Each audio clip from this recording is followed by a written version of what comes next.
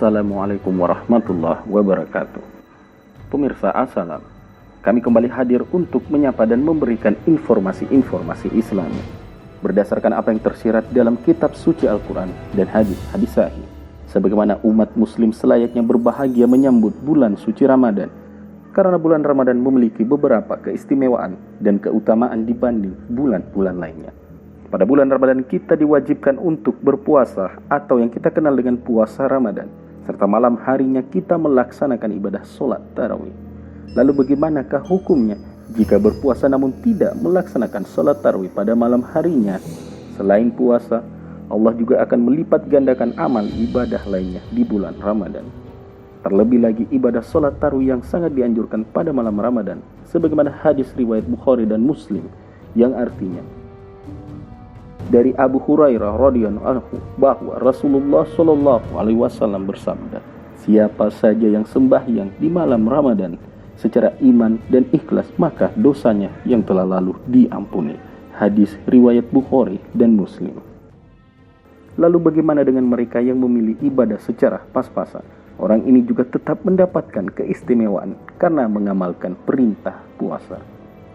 Orang yang hanya memilih ibadah wajib, yaitu puasa Ramadan, tanpa ibadah sunnah, yaitu sembahyang tarawih, dijanjikan masuk surga tanpa hisab sekalipun, sebagaimana riwayat Muslim berikut ini, yang artinya dari Jabir bin Abdullah radhiyallahu anhu bahwa seorang sahabat bertanya kepada Rasulullah Shallallahu alaihi wasallam, "Ya Rasul, bagaimana pandanganmu bila aku hanya sembahyang 5 waktu, berpuasa Ramadan, menghalalkan yang halal dan mengharamkan yang haram?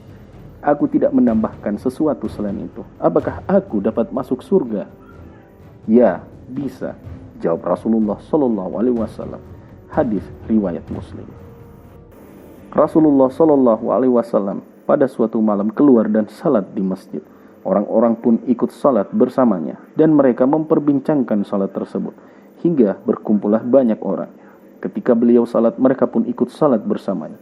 Mereka memperbincangkan lagi hingga bertambah banyaklah penghuni masjid. Pada malam ketiga, Rasulullah Shallallahu alaihi wasallam keluar dan salat. Ketika malam keempat, masjid tidak mampu menampung jemaah hingga beliau hanya keluar untuk melaksanakan salat subuh. Setelah selesai salat, beliau menghadap manusia dan bersyahadat, kemudian bersabda yang artinya, "Amma ba'du, sesungguhnya aku mengetahui perbuatan kalian semalam, namun aku khawatir diwajibkan atas kalian sehingga kalian tidak mampu mengamalkannya." Rasulullah Shallallahu alaihi wasallam wafat dalam keadaan tidak pernah lagi melakukan salat tarawih secara berjamaah. Hadis riwayat Bukhari Muslim. Adapun dalil salat tarawih sendirian, yakni hendaklah kalian manusia melaksanakan salat sunnah di rumah kalian, karena sebaik-baik salat adalah salat seseorang di rumahnya kecuali salat wajib. Hadis riwayat Bukhari Muslim. Salat tarawih memiliki keutamaan-keutamaan yang sangat baik apabila dikerjakan, dan salat tarawih sah apabila memenuhi syarat sah salat. Namun, bagaimana jika kita meninggalkan salat tarawih di bulan suci Ramadan yang hanya datang sekali pada setiap tahunnya? Rasulullah juga bersabda bahwa sesungguhnya aku khawatir ini dianggap wajib atas kalian. Kalimat ini mengacu kepada salat tarawih. Hadis tersebut menjelaskan bahwa puasa seseorang tetaplah sah meski tidak menunaikan salat tarawih, dan jika meninggalkan salat tarawih, ia tidak dianjurkan untuk mengqadanya atau menggantinya.